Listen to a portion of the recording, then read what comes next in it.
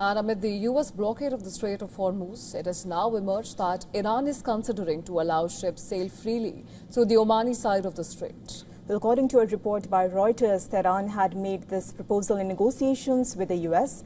However, the report says that Iran is willing to make this concession only if a deal is struck with the U.S. to prevent renewed conflict.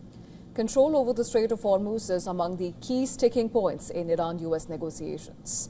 Sandwiched between the Persian Gulf and the Gulf of Oman, the narrow strait is critical to the flow of global oil and natural gas supplies.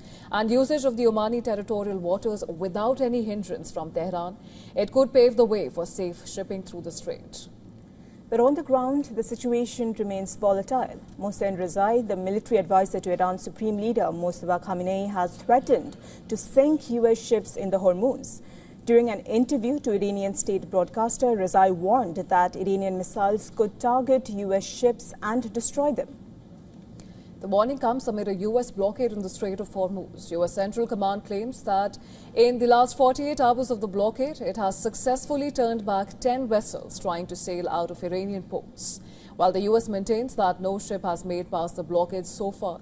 Maritime data has contradicted Washington's claims. Tracking data suggests that a sanctioned Chinese tanker named Rich Starry crossed the strait but was twice forced to make a U-turn. The tanker is now reportedly anchored close to Iran's Qeshm Island. The Chinese-owned tanker was blacklisted by the U.S. in 2023 for helping Iran evade energy sanctions.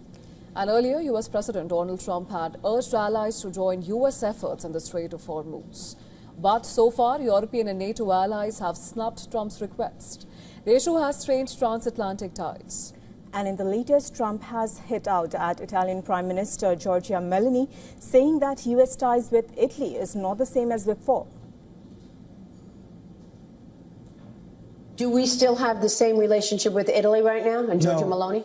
No. She's been negative. Anybody that turned us down for helping with this Iran situation, we do not have the same relationship. Meloni and other European leaders have stressed on the importance of reopening the strait, but have refused to extend support to U.S. military efforts. A German foreign minister has also echoed similar views, calling unilateral stranglehold over the strait as unacceptable.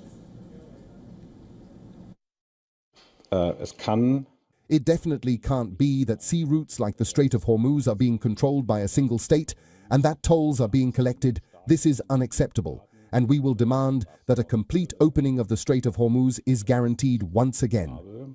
Wir werden darauf dringen. Now, amid these developments, the U.S. has announced that it is tightening sanctions against Iran's oil industry. In the latest, the U.S. Treasury has imposed fresh sanctions on over 24 people, companies and ships operating under shipping magnate Hossein Shamkhani.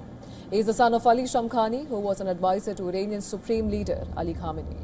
Both were killed in the February 28 strikes.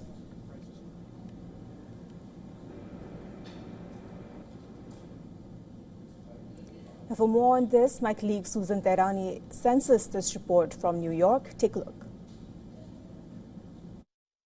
CENTCOM says that the U.S. naval blockade of Iranian ports is fully operational. More than 10,000 troops, a dozen warships, and over 100 aircraft are enforcing it.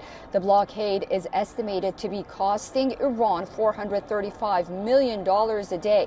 At Wednesday's White House press briefing, Secretary Caroline Leavitt confirmed that the U.S. has not formally requested a ceasefire extension, which expires next Tuesday, but said that future talks and negotiations would very likely return to Islamabad.